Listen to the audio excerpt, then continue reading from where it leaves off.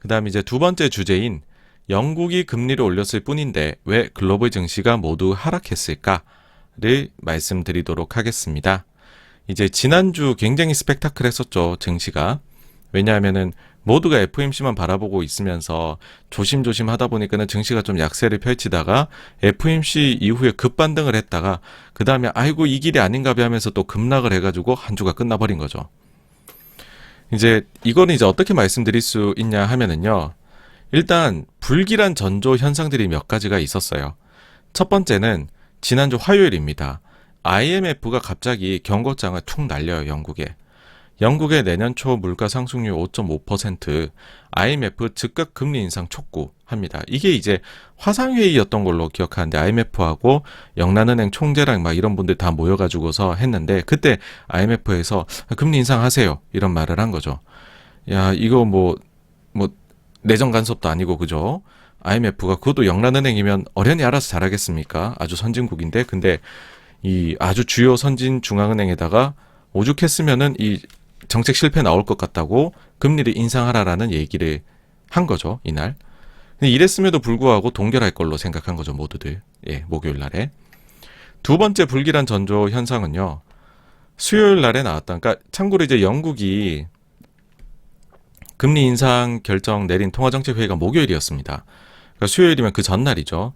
그 전날에 영국의 소비자 물가가 발표가 됐는데 예상치가 4.7%인데 발표치가 5.1%로 이제 앞자리가 바뀌었죠.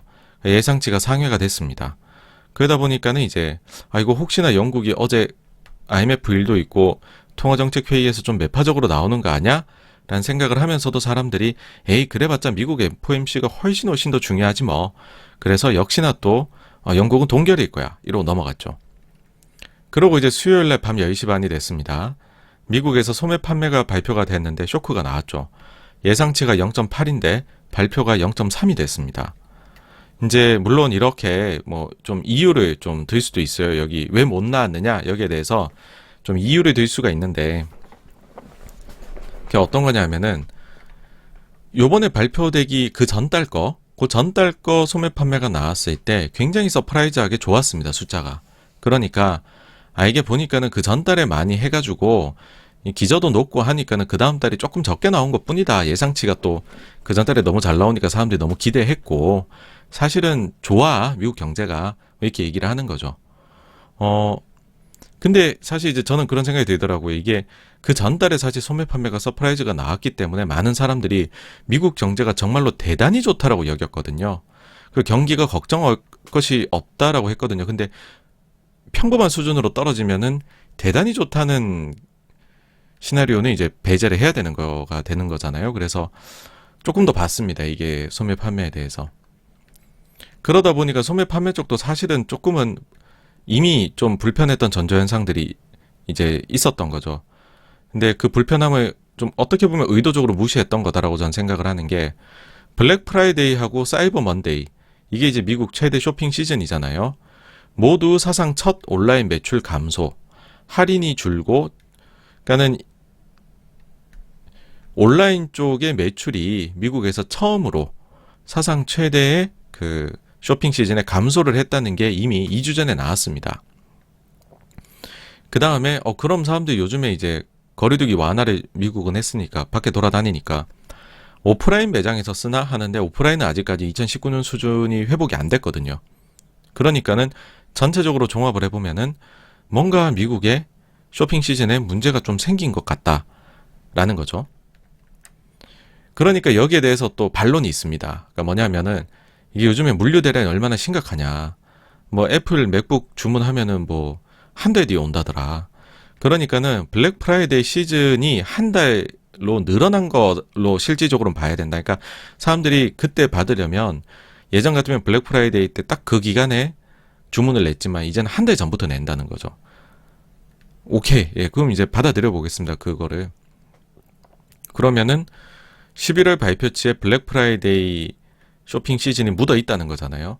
그럼 두 개를 그냥 단순 합산을 해볼게요.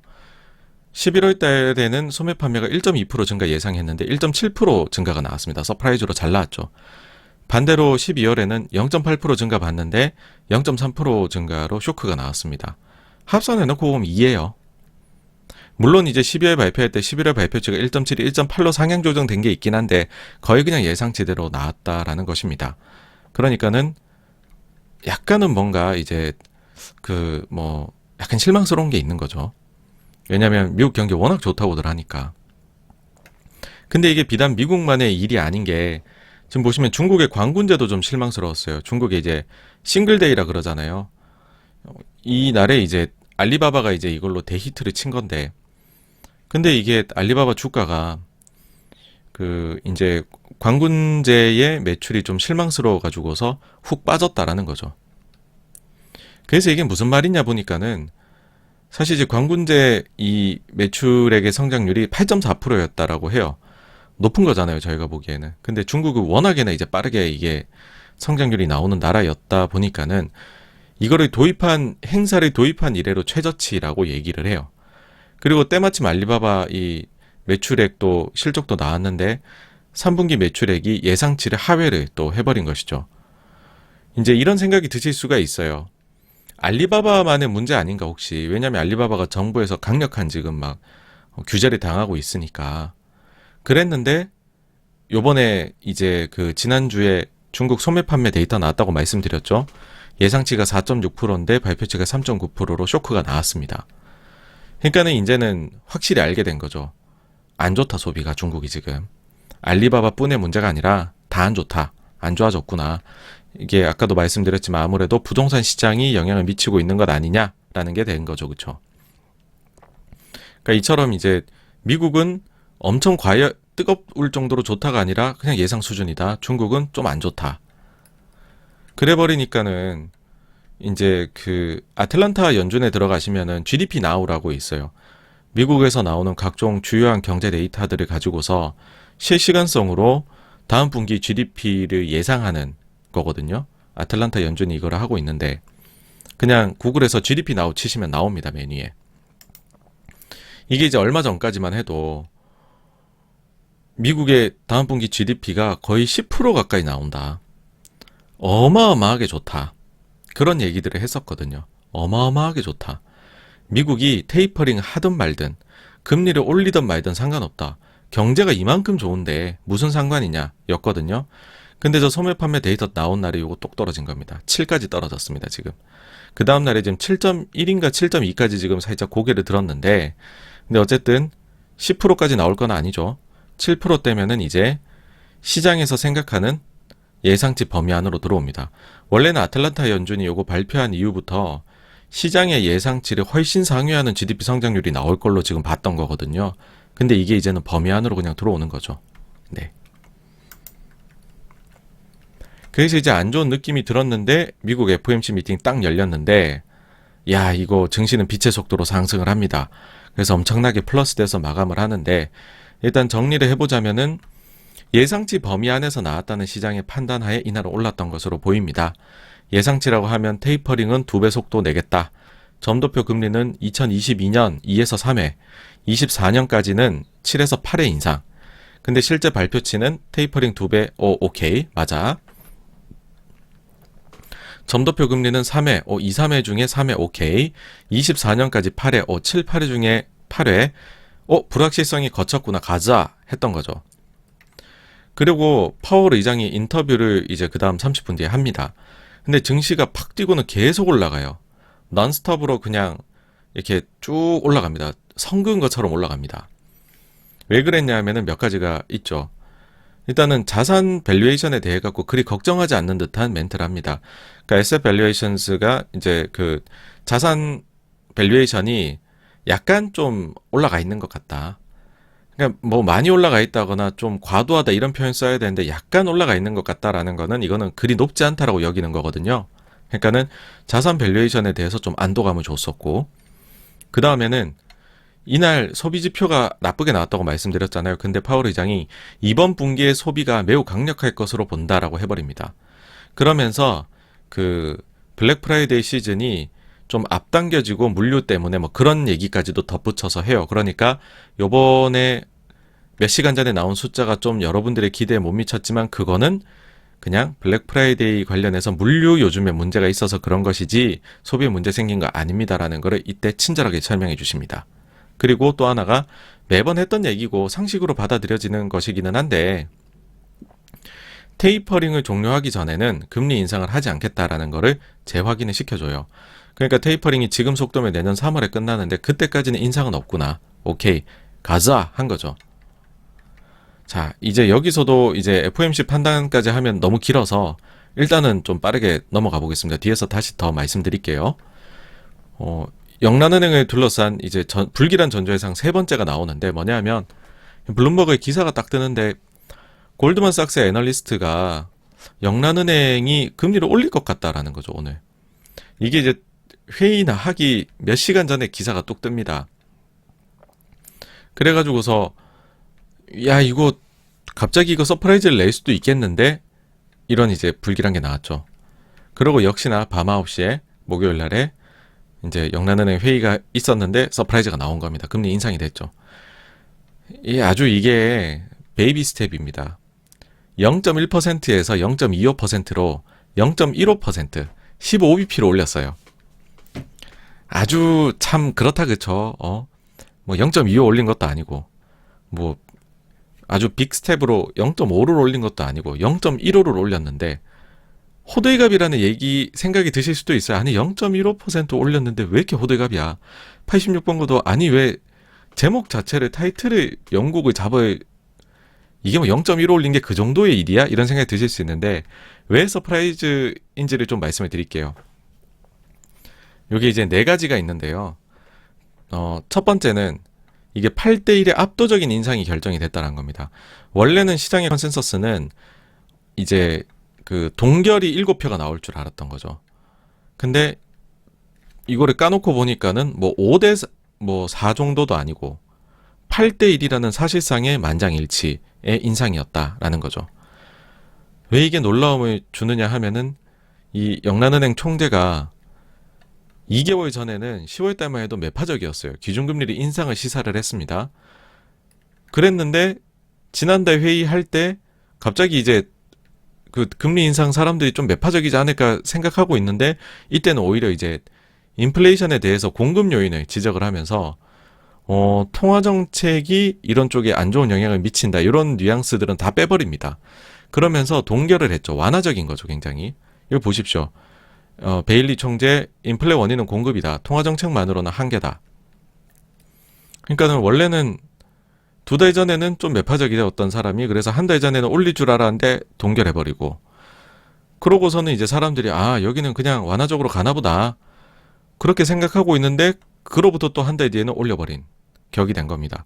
그러니까 완전히 지금 갈짓자로 행보를 하니까는 이게 뭐야 막 이런 생각이 드는 거죠. 첫째. 그 다음에 두 번째는 자산 매입을 QE를 하고 있는 와중에 금리를 인상을 했다라는 겁니다.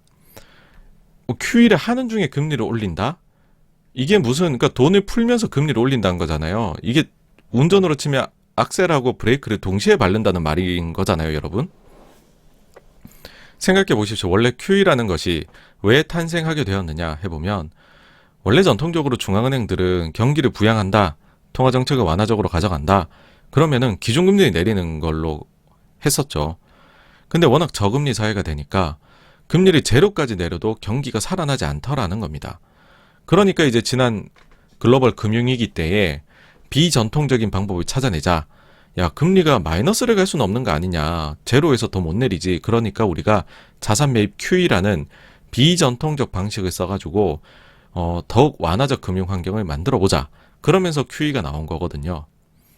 그렇다라는 거는 순서상으로 봤을 때에 긴축을 하기 시작한다라고 하면 당연히 이 비전통적 방법인 QE부터 먼저 종료를 하고 그러니까 테이퍼링이 들어가야 된다는 거죠. 그러고 금리를 올리는 게 순서라는 거죠. 실제로 6월 달만 해도 베일리 영란은행 총재가 향후 금리 인상보다 보유 채권의 매도가 먼저 고려돼야 된다라고 얘기를 했습니다. 그리고 미국하고 유럽의 중앙은행도 이제 여기 위원들이 당연히 QE 중에는 금리 인상이 없다라고 계속해서 확인시켜줬죠. 실제로 아까 보시면은 파월 의장 테이퍼 종료 전에 금리 인상하지 않겠다 재확인시켜줬다고 말씀드렸잖아요. 근데 이번에 물가가 높다고 이제 물가 상승의 백기를 들고서 영란은행이 QE 중에 금리를 올려버린 겁니다. 그러면 이게 어떻게 되느냐 하면은요. 앞으로 지금 QE를 하고 있는 중앙은행들한테 필수 질문이 될 겁니다. 제가 볼 때. 만약에 예상을 넘어선 물가 상승이 계속 나올 경우 우리 중앙은행도 QE 중에 영란은행처럼 금리를 올릴 수 있나요? 라는 질문이 필수로 나올 겁니다. 영국이 큰일 했습니다. 이게 제일 쇼킹한 부분입니다, 사실. 그 다음에 또 이제 시장에 조금 충격을 줬던 거는 뭐냐면은 이거죠. 영국은 오미크론이 지금 확 올라갔다는 거죠. 영국은 코로나가 확진자가 다시 확 치솟았죠. 물론 이제 사망자는 이렇게 안 돼 있어요. 옆으로 개걸음을 하고 있는데 최근에 오미크론의 영향권에 확 들어왔는데 자 그러면은 여러분들 무슨 생각 드세요? 오미크론 처음 이제 얘기 나왔을 때만 해도 사람들이 야 이것도 코로나가 재확산이 크게 되면 테이퍼링, 긴축 엄청 연기되겠네. 오히려 오미크론 이거 증시 호재야. 유동성 환경이 지속적으로 유지된다는 거잖아요. 이런 얘기들 했었습니다. 기억하시죠? 근데 확진자가 코로나 터진 이후로 최대 숫자가 나오고 있는데 긴축을 한 겁니다, 지금. 그러니까는 중앙은행들은 코로나를 중요하게 생각하지 않는다라는 것을 확인시켜준 꼴인 거죠. 그러니까 이것 때문에 지금 실물 경기가 엔간히 추가로 타격을 입지 않는 한에는 이제는 오미크론이 올라가봤자 돈 붓는 거는 없다라는 겁니다. 오히려 긴축은 예정된 속도대로 갈 것이다라는 것이고요. 또 오히려 이게 더 퍼지면은 공급망 교란이 심해져서 인플레가 심해질 수 있기 때문에 오히려 더 빠르게 긴축을 할 수도 있다는 속마음이 이번 정책 결정에 저는 녹아 들어간 것이다라는 생각도 합니다. 그러니까 이 부분도 사실은 서프라이즈하게 받아들여질 수 있는 부분이죠. 예. 그래서 이제 이런 세 가지 이유 다시 한번 정리하면 압도적인 인상의 결정이었다.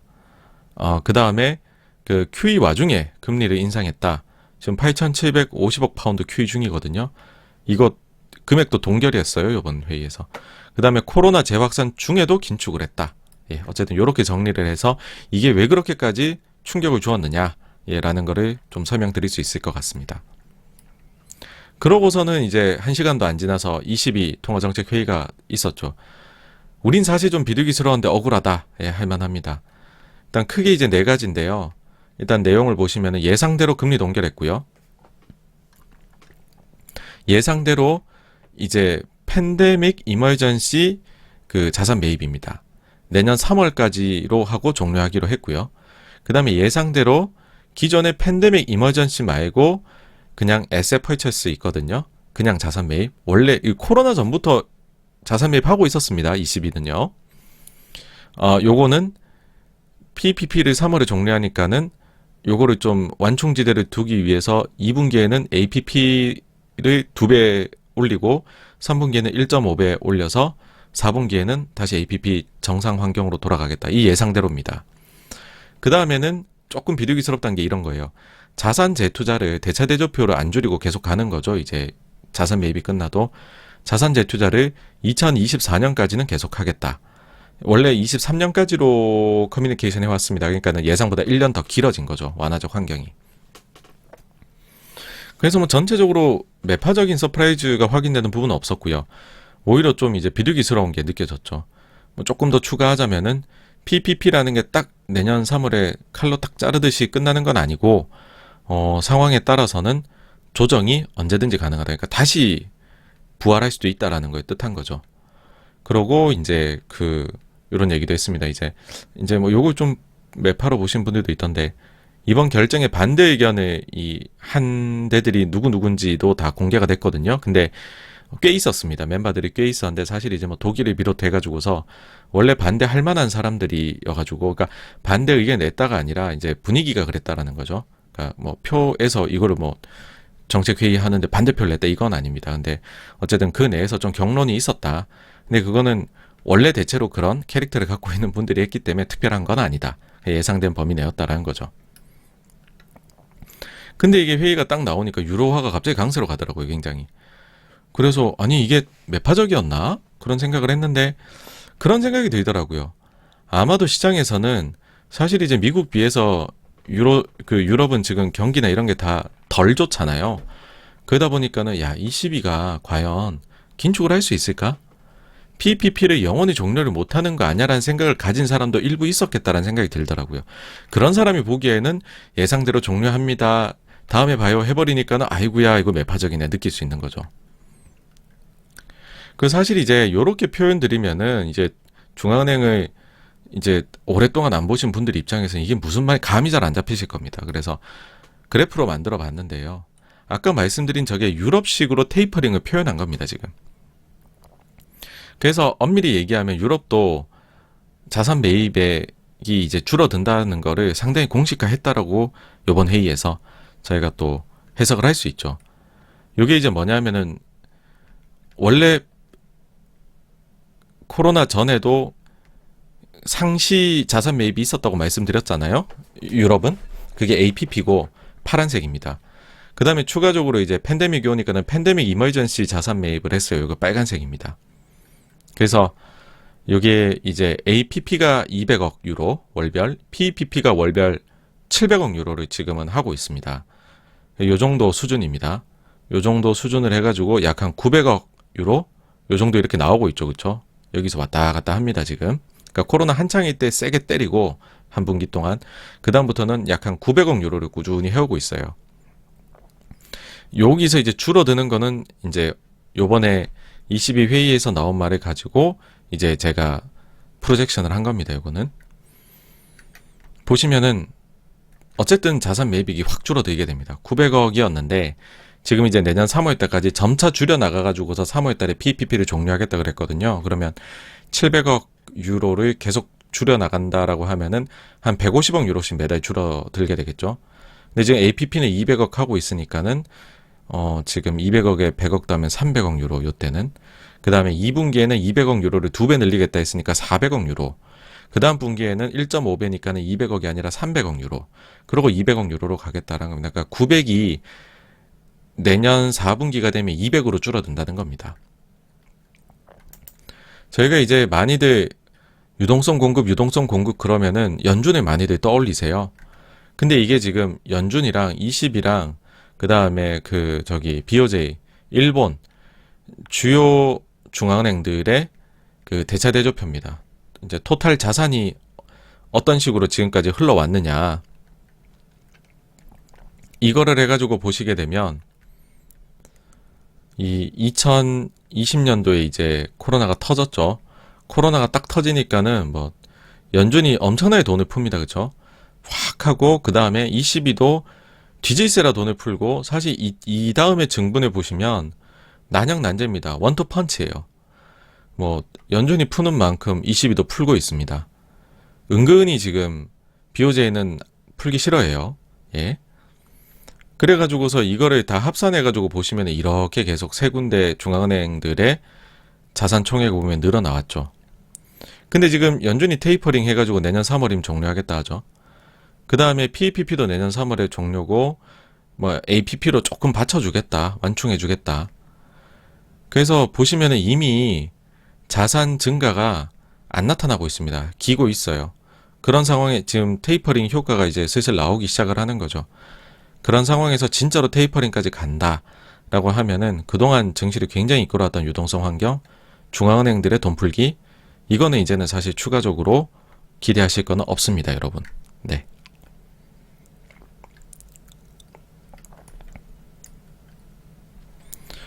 이런 말씀을 좀 드리고 싶어요. 우리나라가 금리를 올릴 때에 정치적인 이유가 있을 것이다 라고 얘기를 했습니다. 그러니까 한국이 특별히 올리는 거야. 글로벌 현상은 아니야. 캐나다가 QE를 예상보다 빠르게 종료한다고 했을 때에는 기술적 요인일 뿐이다 라고 했습니다. 캐나다가 워낙 건전한 나라라 기발행해둔 국채 자체가 적어서 QE를 기술적으로 더 할 수가 없어. 조기 종료해야 돼 라고 했습니다. 그래서 캐나다가 긴축 환경으로 빨리 돌리는 걸 캐나다만의 문제로 여겼어요. 노르웨이하고 뉴질랜드가 금리를 올렸습니다. 그랬을 때 이랬죠. 뭐 좀 선진국스럽긴 하지만 뭐 그런 나라까지 봐야 되냐, 글로벌에서. 러시아, 브라질, 폴란드, 헝가리, 체코, 멕시코, 페루, 아이슬란드, 콜롬비아가 올렸어요. 그때는 신흥국 올리는 게 무슨 상관이 있느냐. 아이슬란드 신흥국이라 그러면 짜증내시겠지만 뭐 신흥국 올리는 것까지 봐야 돼 라고 했죠. 호주가 일드 커브 컨트롤 YCC를 폐기할 때에는 YCC라는 정책 자체가 원래 실현하기 상당히 무리가 따르는 정책일 뿐이었어 라고 얘기를 했습니다. 근데 영란은행이 QE 중에 금리를 올렸죠. 연준이 테이퍼링을 실행했고 2배의 속도로 한다고 하고 내년에 점도표를 3번으로 올렸죠. ECB도 테이퍼링을 한다고 하죠. 어찌 보면은 이번 증시 사이클에서 절대적인 뭔가 하나의 그거였던 것 같아요. 투자자 사이의 믿음.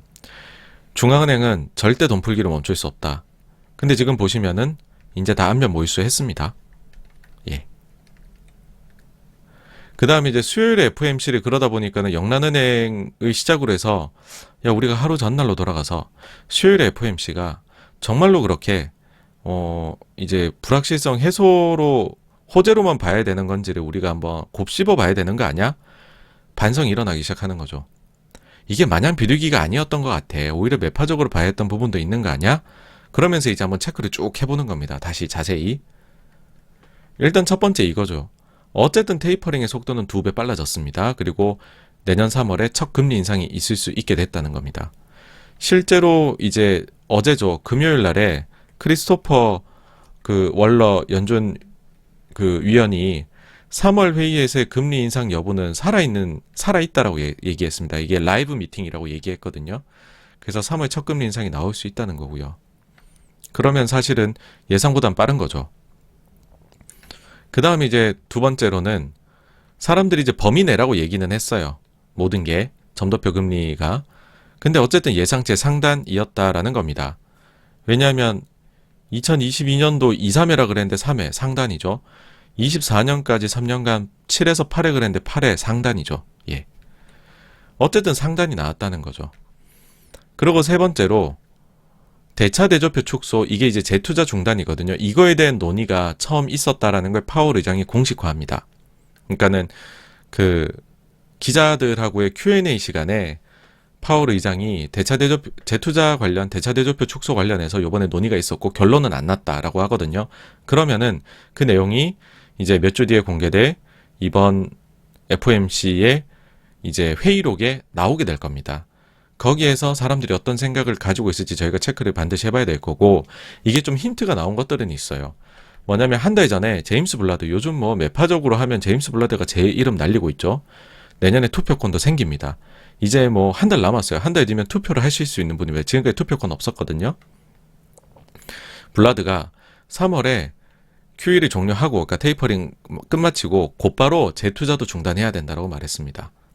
이게 왜 매파적인 얘기냐면 지난 글로벌 금융위기 때에는요, 금리를 내리고 테이퍼링을 하고 그 다음에 금리를 인상하고 2017년도에 인상하면서 그때 9월인가에야 비로소 재투자를 중단을 합니다.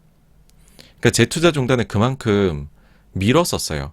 재투자를 안 하게 되면 연준 대차 대조표 자체가 줄어들게 되고, 그거는 뭐냐면 직접적으로 금융시장에서 유동성을 빨아당기는 긴축적인 행동이거든요. 그러니까는 이걸 굉장히 미루다 했습니다. 근데 지금 이제 워낙 경기가 좋으니까 인플레 높게 나타나니까 고용 환경도 완전 고용 상태니까 제임스 블라드는 과거랑은 다르게 테이퍼링 종료되자마자 재투자도 즉시 중단하자라고 얘기를 해버린 거죠. 그리고 이제 금요일 날에 어저께 이제 원로도 여러 가지 지금 매파적인 얘기를 했는데, 금리 인상 후에 첫 번째 내지 두 번째 회의에서 대차 대조표 축소 시작할 수 있다라고 이야기했습니다. 그러니까 이것도 지금 그러니까 아주 지금 공격적인 멘트들을 한 겁니다, 지금. 네. 그래서 대차 대조표 축소 관련된 논의가 처음 있었다라는 거고요. 그리고 노동시장에 대해서 좀 추가 코멘트가 있었는데, 사실 요즘에 이제 그 화두는 노동시장에서는 실업률은 대단히 낮아져서 완전 고용으로 보이나 사람들이 노동시장에 안 돌아온다는 거죠. 참가율 상승은 거의 안 나타나고 있다. 왜 그럴까? 이래버리면은 어쨌든 실업률 보고서 빨리 긴축에 나서야 되는 거 아니냐. 이게 지금 핵심이거든요. 여기에 대해서 파월 의장이 계속해서 이제 뭐 코로나 영향이다 얘기하다가 11월 달 회의에는 이제 처음으로 이거 구조적으로 은퇴자나 이런 게 늘어서 그런 것 같다 얘기했다가 돌 좀 맞고, 그 다음 12월 회의에서는 다른 얘기를 하나 더 추가합니다. 예. 이게 무슨 얘기냐 하면은 일단은 요거부터 말씀드릴게요. 파월 의장이 이제 노동시장 참가율 상승이 어려울 것 같다라는 걸 시인합니다. 즉 이제 시간이 걸릴 것 같다라는 거죠. 여기 이제 보시면은 이제 시간이 오래 take longer라 합니다. 시간이 좀 걸릴 것 같다. 이 참가율 올라가는 거는. 그 다음에 노동시장의 이 참가율의 회복, 이게 당분간은 좀 어려울 것 같다. 그런 표현도 합니다. 그래서 참가율 쪽의 상승은 좀 어려울 것 같고, 근데 노동시장은 핫하니까 지금 실업률은 빠르게 내려오고 완전 고용이 조만간에 달성됨을 좀 애둘러서 표현한 거다라고 저는 봐요. 그리고 이제 또 아까 이제 제가 살짝 돌아왔는데 파월 의장이 왜 참가율이 안 높아지냐, 거기에 대해 추가적인 하나의 이유를 들었다라고 말씀드렸잖아요. 실제 파월의 코멘트를 제가 이제 해석해서 넣은 겁니다. 파월이 이렇게 얘기합니다. 주가가 높고 사람들의 포트폴리오가 강해졌기 때문에 사람들이 맞벌이보다 외벌이로 돌아가고 있는 것일지 모른다. 똑같은 현상이 집에서도 벌어지고, 그러니까는 부동산 시장에서도 벌어지고 있다고 얘기할게요. 하우징 마켓에서도 벌어지고 있다. 사람들은 집을 살 때 보통 모기지로 레버리지를, 그러니까 빚내서 산다는 거죠. 레버리지를 일으켜 사는데 집값이 오르면 자기 자본 부분은 2배가 될 수 있다. 그러면 같은 결론, 맞벌이 안 하고 외벌이에 도달할 수 있다라는 겁니다. 그러니까는 이제 이건 무슨 말이냐 하면은, 예를 들어서 5억짜리 집을 사요. 근데 2억은 내 돈으로 하고 3억은 빚내서 산 거죠. 근데 이 집이 7억이 된 거죠. 그러면은 내 돈 부분 2억, 그게 이제 4억이 된 거잖아요. 부채의 가치는 그대로니까. 그러니까 5억짜리를 내 돈 2억, 부채 3억 주고 산 게 7억이 되면 부채 3억, 내 돈 4억이 되니까 자기 자본 부분 2배가 됐다. 야, 내가 부자가 됐구나. 그러면은 우리 이렇게 둘이 같이 힘들게 일하지 말고 한 명은 일 그만두자. 애들도 보고 행복하게 살자 우리. 워라밸 하자. 이렇게 될 수 있는 거죠. 그러니까 노동의욕이 굉장히 떨어진다는 거를 주가가 높고 집값이 오른 거가 이제 노동의욕의 하락을 이끌어서 노동 참가율 상승을 제한하고 있다라는 걸 파월 의장이 얘기를 한 겁니다. 이거 사실 많은 분들이 얘기를 했지만은 연준이 이거를 공식적으로 인정하진 않았거든요. 근데 처음으로 얘기를 했습니다. 그러니까 이게 굉장한 아이러니입니다. 이거는 뭐냐 하면, 연준이 그동안에 경제를 살리기 위해서 통화정책 완화책을 쓰죠. 그러면은 그로 인해서 자산 가격이 오르죠. 근데 그러면은 그로 인해서 주가로 돈 벌고 집으로 돈 벌면 경제활동 참가율이 떨어진다는 거죠. 근데 이렇게 돼버리면 연준의 통화정책 2가지 목표 중에 하나인 완전 고용에 대한 도달이 속도가 가속화되고 빨라진다는 겁니다. 자, 그러면 연준의 목표치에 빨리 도달한다. 그러면은 완화책이 아니라 긴축으로 더 빨리 나아가야 된다라는 말이 돼버리죠. 근데 긴축을 더 빨리 해버리면 혹시나 자산 가격이 떨어지는 거 아니야라는 걱정이 생길 수 있잖아요. 근데 그래서 자산 가격이 떨어질지 모른다는 걱정 때문에 자산 가격을 계속 떠받들기 위해 완화적으로 해버리면 점점 더 노동의욕이 떨어질 거잖아요. 자산 가격이 높으니까. 그러면은 그 자체로 노동시장에 인력이 없고, 그러면 고용 비용이 올라가게 되고 기업체들의 마진은 이제 줄어들 수가, 압박을 받을 수 있는 거죠. 그러면 가격을 올려야 되는 거죠, 기업체들이. 그러니까 이 자체가 인플레를 잉태하는 것이기도 하다라는 거죠. 그러니까 이런 말을 하는 겁니다. 고용을 늘리려면, 지금의 고용시장의 불균형을 해결을 하려면 역설적으로 자산시장이 고통을 받아야 되는 것 아니냐라는 얘기가 나오는 겁니다. 이거를 이제 굉장히 레딧이나 이런 데 들어가서 보시면 여기에다가 이제 그런 풍자나 이런 걸 섞은 사람들이 얘기는, 야, 글로벌의 엘리트 슈퍼파워들이 자산시장 펌프질 해가지고 돈 벌고 싶었는데, 이거 자산시장에 펌프질 시키니까는 날 위해서 일해줘야 돼 이 노동자 계층 애들이 얘네도 자본가가 되어가서 일을 안 하려고 하더라.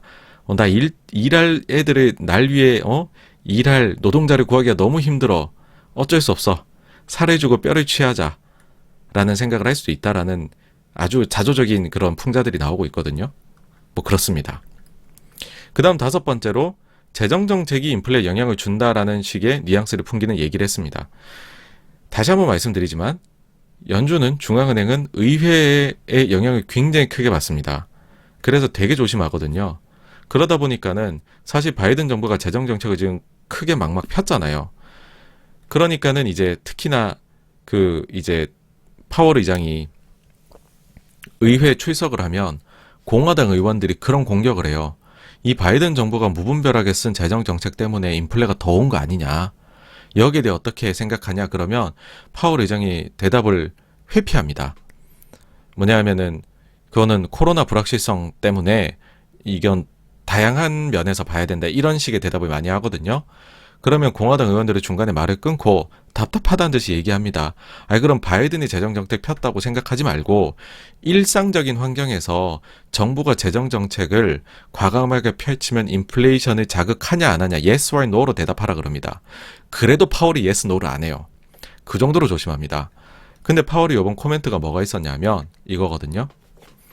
그러니까 노동시장 얘기하면서 얘기가 나왔어요. 지금까지의 인플레이션은 타이트한 노동시장과는 관련이 없다는 겁니다. 그러니까 노동시장이 타이트해서 노동비용이 상승한 것 때문에 인플레가 지금까지 온 건 없다라는 거죠. 사실상. 오히려 지금의 높은 인플레이션은 강력한 수요와 관련이 있다. 근데 이 강력한 수요는 연준에 의해서 지지가 되었다. 그리고 의회에 의해서 지지가 되었다라고 이번에 얘기를 합니다. 이 부분이거든요. 영어로 이제 스트롱 디맨드가 페드에 의해서 이제 지지되었고 그리고 그것이 의회에 의해서 지지가 되었다라고 얘기를 하는 겁니다. 근데 사실 이게 약간 이중적으로도 들리기도 해요. 해석하기에 따라서는 이 강력한 수요가 연준에 의해 지지되었고 연준이 의회에 의해 지지되었다로 봐야 되나? 아니면은 이 강력한 인플레를 만드는 수요를 만드는 이것이 의회가 쓴 재정정책 때문이냐 뭐 어떻게인지는 모르겠어요. 저는 사실 이게 좀 헷갈리긴 한데 어쨌든 그런 미묘한 뉘앙스를 풍기는 건 처음 봤다는 거고 그러면서 바로 이제 또 실수했다 생각하는지 바로 또 주저리 답니다. 이제 나는 의회에 대해서 어떠한 평가도 하려고 하는 것이 절대 아니다. 그거는 내 일이 아니다. 그 의회를 평가하는 것은 막 이러고 있습니다. 되게 가끔씩 보면은 연준 의장이란 자리가 되게 비루해 보일 때도 있습니다, 여러분. 네. 자, 그러고 나가지고서 이제 그러니까는 이제 다시 되짚어 보니까는 FOMC가 꽤나 매파적인 면들이 있더라. 라는 그런 부분들이 있었다라는 거고요. 그걸 제가 짚어드린 거고요. 그 다음에 이제 회의가 끝나고 영란은행도 끝나고 나서도 이제 매파적 발언이 이어집니다. 대표적으로 이제 영란은행의 필휴 이제 수석 이코노미스트가 이제 그 만약에 인플레이션이 계속된다면 그러면은 추가적인 금리 인상을 해야 된다. 이제 영란은행 금리 인상한 것도 서프라이즈인데 더 해야 된대요. 그 다음에 이제 그 전에 그 인디애나의 지역 연준 총재에 있었던 나라야나 코차라코타라고 있어요. 요분이 이제 블룸버그에 또 사설을 쓰고 계신데 이분이 굉장히 매파적인 발언을 했습니다. 요게 이제 영어로 된 거고 요거를 제가 좀 우리말로 옮겨본 부분인데요. 이렇습니다. 내용이 인플레이션 기대치 상승 위험에 대처하기 위해서 연준은 신속하고 공격적으로 행동해야만 합니다. 구체적으로 내년 상반기에는 매번 회의마다 연속적으로 금리를 올릴 준비가 되어야 합니다. 야, 이게 뭐 내년에 3번이라 그러면 사람들 생각이 보통 뭐 빠르면 3월, 그 다음 6월, 아까는 이제 보통 생각이 이제 내년에 3번 점도표 금리 인상 찍히니까 한 5월쯤에 한번 하고, 그 다음에 7, 8월, 9월 정도에 한번 하고, 그럼 12월에 한번 하지 않을까? 요 정도 생각을 하는 건데, 그게 아니라 지금 전 인디애나 총재께서는 내년 상반기 매번 회의마다 해야 된다. 그럴 준비가 되어 있어야 된다라고 얘기한 겁니다. 이러면 뭐 1월도 올리고 뭐 3월도 올리고 지금 뭐 몇 번을 올려야 됩니까? 그죠? 이거 장난 아닌 거죠. 아마 내년 상반기가 1, 3, 5, 6이 있을 텐데 4번 하라는 건지 뭐 이런 말을 무책임하게 그죠? 이렇게 매파적으로 얘기할 수 있나요? 그죠? 그러면서 언제까지 이런 식으로 연속적으로 올려야 되느냐? 매번 회의마다 인플레이션이 2% 부근으로 내려올 때까지 계속해야 된답니다.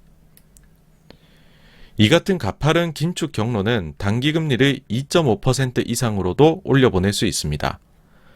이게 이제 2.5%라는 게 장기적으로 연준 위원들이 중립금리라고 얘기하는 수준이잖아요. 근데 이 단기금리를 2.5% 이상으로 보내는 거는 현재 연준 위원들의 예상보다 많이 높다라는 겁니다. 그러니까 이렇게 해버리면은 그 효과로 그 영향으로 단기금리가 2.5 이상으로도 올라갈 수 있는데 그렇게 되면 현재 연준위원들의 생각보다 엄청나게 높다라는 거죠. 긴축적이다라는 거죠. 그리고 이는 시장의 쇼크가 될 것입니다. 그리고 즉각적인 경제적 고통을 수반할 것입니다. 하지만 이는 미래에 훨씬 더 큰 고통이라는 위험을 제거할 것입니다. 제가 한 말이 아니고요. 전 연준, 인디애나 총재께서 했는데 제가 이제 사실 이제 뭐 야, 이런 사람이 있었어라고 생각하실 수도 있어요. 근데 왜 굳이 가져왔냐 하면은 코차라쿠타는 연준 안에서도 대표적인 온건파로 대표적인 비둘기로 2014년 11월 FOMC에서 유일하게 기준금리 인상을 반대했다. 그랬던 그가 1월에요. 매번 회의마다 올리고 그것이 시장의 쇼크 그리고 즉각적으로 경제적인 고통을 수반할 것이다. 근데 그래도 해라 이런 얘기를 대표적 온건파에 유일하게 기준금리 인상을 반대해왔던 대표적 온건파가 했다라는 게 좀 충격적이다라는 것이죠. 그래서 가져와 봤습니다. 예. 그러면 이제 시장에 그 일주일간 있었던 반응하고 제가 생각하는 부분을 한번 말씀을 종합해서 드려볼까 하는데요. 일단 수요일 급반등에 이제 성공했었죠. 수요일 날에는 증시가. 그 다음 목요일에는 이제 나스닥 중심으로 급락이 나타났고, 그 다음에 금요일에는 다우 중심으로 하락이 나타났습니다. 반면에 이때까지 한국 증시는 평온하게 끝이 났죠. 저희가 생각해 보시면 몇 주 전부터는 밈 주식들이 하락을 하고 있어요. 그리고 이 밈 주식들이 하락을 할 때 많은 분들이 야 그거 당연히 빠져야지. 그 주식들 무슨 가치가 있냐. 그거 빠지는 건 너무 당연해. 또 이 비슷한 시기 때부터 암호화폐 시장도 하락하고 있습니다. 근데 암호화폐 하락할 때도 당연하다고 사람들이 얘기했죠. 그게 무슨 가치가 있냐. 그러면서 오히려 이 밈이나 암호화폐에서 증시로 돈이 들어올 수 있는 거 아니냐라는 기대도 가졌습니다. 영란은행이 깜짝 금리 인상을 하고 나서 이거 긴축적인가 봐. 금리가 막 올라가나 봐. 하니까는 금리에 크게 영향받는 기술주 중심의 나스닥부터 하락을 했죠. 이렇게 나스닥이 하락을 하니까는 그걸 당연하다고 생각을 했죠. 야, 나스닥 대형주만 얼마나 차별적으로 올랐냐. 그거 당연히 빠져야지. 그리고 금리가 올라가니까는 이제는 금리 상승에 우호적인 시클리컬 그리고 소위 가치주들 이게 좋아야지 라고 했단 말이죠. 그러면서 목요일 날에 나스닥이 빠지는데 다우는 버텼습니다. 다우를 사야 된다. 시클리컬을 사야 된다. 이렇게 말을 했습니다. 근데 바로 다음날 다우가 또 빠져요. 그러니까는 또 이런 얘기를 합니다. 이제는 어떤 얘기를 하냐면 미국이 그동안 얼마나 차별적으로 많이 올랐는데 이제 미국은 끝났어. 당분간. 미국 이외의 주식시장을 사야 돼. 가령 예를 들면 아시아, 한국 이런 걸 사야지. 그런 얘기를 합니다. 제가 볼 때는 이게 지금 증시에서 순환 현상이 나타나고 있다고 봐요. 근데 이게 건전한 순환이 되려면 소위 이제 선순환이죠. 그러려면 증시 주변 환경이 유동성 환경도 좋고 실적도 좋은 환경 그 속에서의 순환이 나타나는 것은 저는 굉장히 우호적인 아주 건전한 선순환이다라고 생각을 합니다. 그런데 지금은 사실 이제 저는 여러 차례 밝혔지만은 역금융 장세 이미 11월 중순부터 들어왔다라고 말씀드렸잖아요. 그렇다라고 하는 거는 무라가미 군이오가 얘기하기를 역금융 장세에서는 분야를 가리지 않는 약세가 나타날 것이다라고 했었고 그 다음에 이제 이런 순환하는 거 대표적인 걸로 또 달걀 이론을 만든 앙드레 코스톨라니도 이럴 때에는 다 안 좋기 때문에 예금이 좋다. 현금이 좋다라고 얘기를 했거든요. 그래서 사실 자꾸 경고음이 울리고 있는 상황에서 자꾸 다른 쪽으로 옮겨가면서 이게 안 되니까는 이게 좋을 거야. 아니야 이것도 안 좋네. 그럼 이게 좋을 거야 라고 자꾸만 뭘 사야 된다라는 생각이 지배적으로 있는 게 개인적으로는 좀 불편한 아이디어입니다. 투자 아이디어 중에서요. 그래서 조금은 좀 열기를 가라앉히고 봐야 되지 않을까라는 생각이 계속 있고요. 그 다음에 그 기업으로 한번 또 대입을 시켜서 한번 말씀드려 볼게요. 2주 전에 보시면 도큐사인이 실망스러운 가이던스를 내놓으면서 엄청나게 하락을 했습니다. 그러자 또 그런 얘기를 했죠. 야 적자 기업이 지금까지 잘 버텼지. 그럼 그렇지. 가이던스 때문에 빠졌겠어? 빠질 때가 된 거야. 그 다음에 이제 이번 주에는 어도비가 실적을 냈죠. 그러니까 실망스러운 가이던스를 내놨습니다. 그러면서 뭐 주가 크게 하락을 했습니다.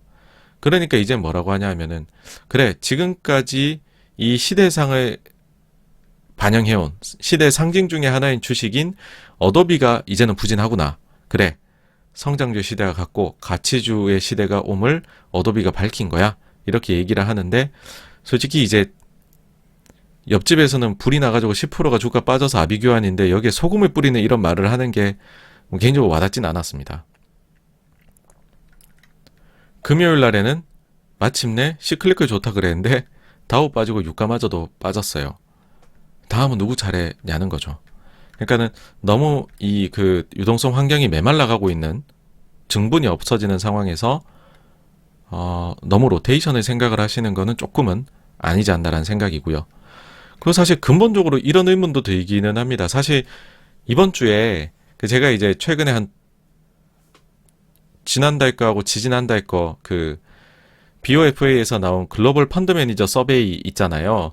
그거를 이제 제가 자료를 가져와 말씀드렸었는데 사실 이번 주에도 그 자료가 나왔거든요. 이제 한 달짜리 그러니까 최근 월에 조사한 자료가 나왔는데 이게 막 되게 특별한 내용은 없어서 제가 별도 꼭지로 뽑진 않았어요. 근데 여기에서 지난 12월 FOMC가 정말 예상 범위 내였을지를 정말 그랬던 것인지를 조금 저희가 아니지 않을까라는 생각 해봐야 되는 거 아니야? 라는 거가 이 자료에 좀 녹아 있더라고요. 그래서 한번 그 부분들을 가지고 와봤는데 지금 보면은 인플레이션에 대해서는 투자자들이 점점 더 걱정을 하고 있는 거죠. 그러니까 걱정이 조금씩 커져가고는 있는데 그래서 트랜지토리라는 거는 일시적이다라는 의견은 조금 내려가고 있는데 그렇다고 해가지고서 이게 구조적으로 올 것이냐에 대해서는 아직 굉장히 마음이 동하지 않는다라는 겁니다. 판단 유보가 늘고 있는 거죠. 이제 저거 이제 선거로 치면은 부동층이 느는 거죠. 인플레에 대해 가치 판단 못하겠다. 일시적인 게 아닌 것 같긴 한데 그렇다고 구조적일까? 망설임이 있죠. 근데 그런 상황에서 사람들이 과연 연준이 얼마나 금리를 올릴 수 있을까? 11월에 비해서 12월 달에 2번 인상이라는 의견이 늘긴 했습니다. 그리고 한 번 인상이라는 부분이 줄었고 3번 인상이라는 부분이 늘긴 했습니다. 근데 보십시오. 2번 내지 3번 인상을 합쳐놓고 보시면 66%입니다. 4번 올린다는 의견이 2% 있기도 하지만은 한 번 혹은 못 올릴 거야 라는 의견도 30% 정도가 됩니다. 저희가 이번 회의가 범위 내다 2번 내지 3번 인상으로 보통 보았다. 맞아요. 그런데 생각보다 많은 사람들이 훨씬 덜 올릴 것이다, 못 올릴 것이다 라는 생각도 있었다라는 거까지 생각을 하면 3회로 점도표 찍힌 게 절대 낮은 게 아니다라는 생각이 들고 그 다음에는 테이퍼링도 당연히 2배 속도로 하겠지라고들 생각했다라고 하는데 약간 40% 초반 정도 되는 사람들이 3월에 테이퍼링 종료할 것이다라 생각했습니다.